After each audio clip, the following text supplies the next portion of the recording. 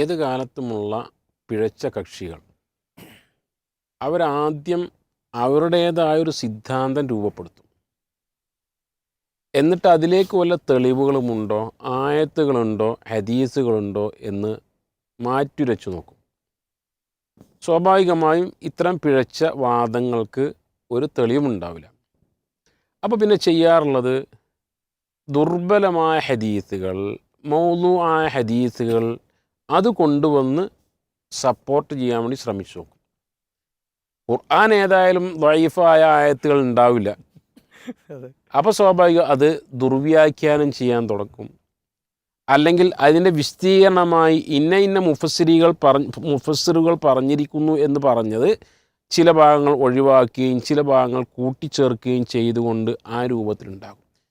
ഇതൊക്കെ ചെയ്യുമ്പോൾ നമുക്ക് തോന്നുക ഈ അള്ളാഹുവിനെക്കുറിച്ചും പരലോകത്തെക്കുറിച്ചുള്ളൊരു ബോധം അവർക്ക് ഇല്ലേ എന്നാണ്.